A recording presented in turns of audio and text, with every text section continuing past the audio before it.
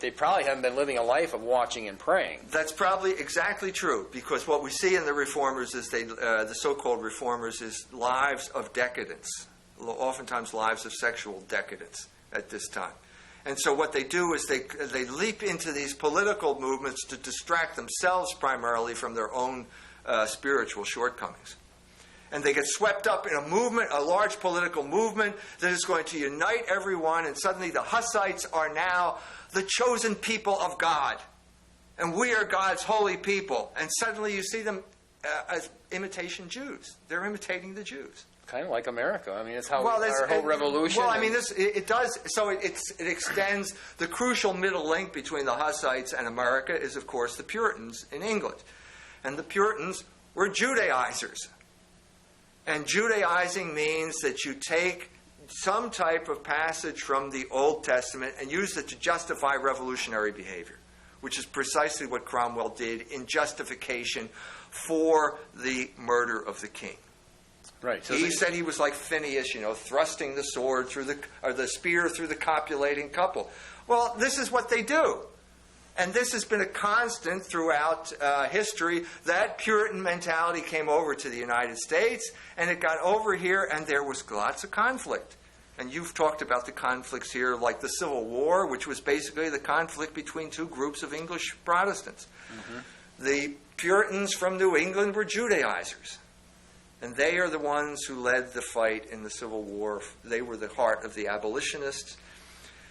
And we see it all the way up to the present day. Now, that is the point of what I was trying to talk. I was trying to bring this to bear in much greater detail than I'm going into right now. Bring all of this to bear to this group of people so that we could make some type of intelligent commentary on the politics that is driving this country right now. Because it seems to me this is the best way to approach the issue. Yeah, you're not going to understand the Iraqi war without bringing some of this information. That's what I'm saying. And I'm saying there is this continuity in history where Jews are associated with revolutionary behavior. It goes all the way back to the cross, to the foot of the cross. It goes back to choosing Barabbas. It goes back to all of these things. And it's remained constant throughout this period. Now, do I expect every rabbi in town to accept this? No. Okay? But who gives them the right to prohibit me from talking to other Catholics about this? Who gives them the right? Well, at the time of Jesus, I mean, those soldiers were told, hey, don't worry. You guys just say you fell asleep, which is normally punishable by death.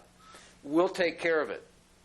Okay, so the soldiers were willing to say, yeah, we fell asleep, which normally you'd be put to death if they found out.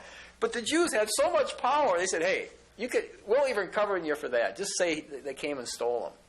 So apparently, it's indicating that the Jewish leaders, and you would suppose even today, have one of their ambitions is to get power with control over those in power.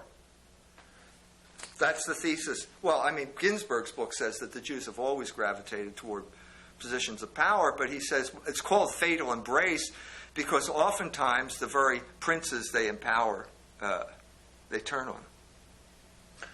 Well, yeah, I mean, I guess the classic instance of this would be Stalin in the Soviet Union. No one served Stalin more faithfully than the Jews. And then Stalin turned on the Jews. Well, the Jews helped create Stalin, right? Bolshevism was like neoconservatism. It was a Jewish movement. It could not. Bolshevism was one small part of the revolutionary movement in Russia during the 19th century. And the revolutionary movement in Russia, could not have succeeded without Jewish support. After, for example, just to give you one example, after the assassination of the Tsar Alexander II, there was a crackdown. That was what, 1880. Okay. And there was a crackdown, and the Jews left places like Moscow and St. Petersburg, and they went back down to Odessa, along the Pale of the Settlement, where they were beyond the reach of the Tsar's police. They just retreated into the shtetl, and they couldn't. And this is where the movement rejuvenated itself, and it came back, and it eventuated in the revolution of 1917 when the Bolsheviks took power. It could not have succeeded without Jewish participation. Just a thought, which hopefully it fits in. Paul Fisher always said the Masons were Kabbalistic Gnostics. Is there a connection between the Jews being revolutionary and the Masons being revolutionary? And Yeah, I mean, I have the whole middle section of the book goes from Protestantism as the vehicle of revolution to Freemasonry as the vehicle for revolution. And the crucial change took place at around 1660, at the time of the Reformation in England. By that point, every Englishman was sick to death of some wacko standing up saying, I am Gideon and I have the sword and you follow me. There were so many of these groups like the Diggers and the Ranters and the Quakers that the Englishmen got sick of them, and so they didn't want any more, and their king was restored, and a new form of revolutionary activity arose, and it was known as Freemasonry, which was based on Kabbalah. And there's a whole complicated history that goes all the way back to Reuchlin, and the Neoplatonists in Italy. Reuchlin brings Jewish Kabbalah into the Christian world. Agrippa, his student, takes it forward, and then John Dee takes it to England, and it becomes the basis of Elizabethan England. Kabbalah, and that eventually leads to Freemasonry. I mean, that's another whole topic that we would have covered in this thing. In that class. Yeah. Now, the Talmud and the Kabbalah, are they related then? Well, I mean, Kabbalah is a particular group of books. Kabbalah is not as old as the Talmud. The Talmud was codified in Babylon in around the 6th, 7th century.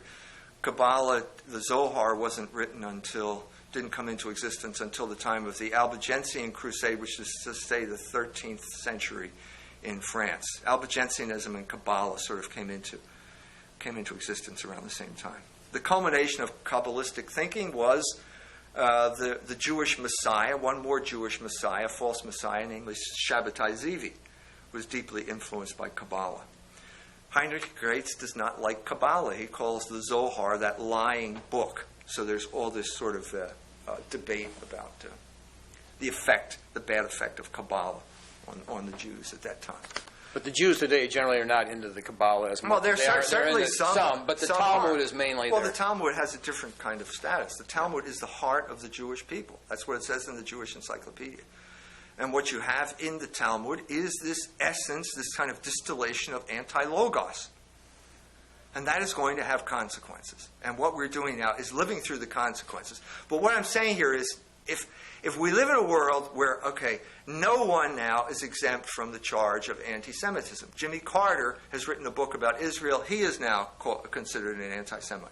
Just yesterday, there was a professor from Indiana University, Bloomington, who has reported in the New York Times, has written an article for the American Jewish Congress criticizing Jewish anti-Semites. In other words, any Jew, it was in the New York Times yesterday.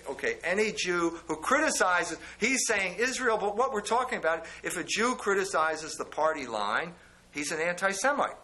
Now, what we're seeing here is this sort of thought control process of demonizing anybody who disagrees. This process is now run amok. And we are in this mess in foreign policy because this policy has been in effect for a long time. And we have been prohibited from discussing the things that we are discussing here today. And when you're prohibited from doing it, you cannot make intelligent decisions of the sort that voters in this country are supposed to make. But the reason that what you're saying is important is because without some reasoned dialogue here, history says there'll be a backlash. There will be a backlash. This is what Ginsburg says. This is the whole hidden history of fatal embrace. That at a certain point, everything goes too far. I think we've reached the point where it's gone too far. And then there's a backlash, and lots of people get hurt.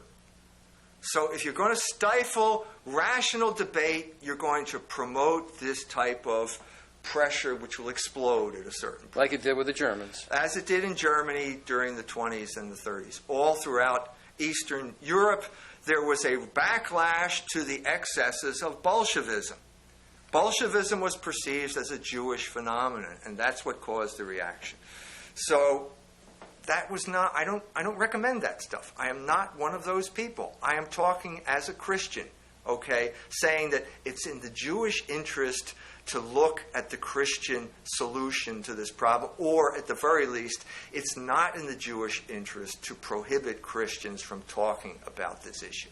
It's not in your interest. So you're actually pleading with the rabbis in a sense, and saying it's completely in their interest that you have I'm this. willing to talk to the rabbis. I don't engage in character assassination. I engage in open debate. It's the rabbis who went behind my back to the cowards who were on the board of directors of the Forever Learning Institute and made them cave in. That's not the American way. I'm proposing the American way, which is open debate. And I'm still open to open debate because I know that the rabbis are watching this program. They watch this program. They keep tabs on me. I know that for a fact. But like Jesus came, he just, I didn't come to bring peace but division, but obviously, but he came in the mode of a peacemaker, but it still caused division. Right. And I guess I'm in the same mold here. We aspire to follow Christ. He's our model, and so we're going to end up in the same type of situation. Misunderstood. Misunderstood. I'm trying to clear up the misunderstandings. No hard feelings to the rabbis, but I'm saying this was a mistake. You shouldn't have done this. For their own safety, because there'll be a backlash. There will be a backlash, and you shouldn't have done this. And if you're smart, you will engage in the dialogue that I'm proposing. What are they afraid of? Ultimately, what is their worst fear? I think what you should do is ask the rabbi. Get one of the rabbis to sit in my seat, okay? And you can have him on here, and you can say, why did you have Mike Jones's course canceled? What are you afraid of?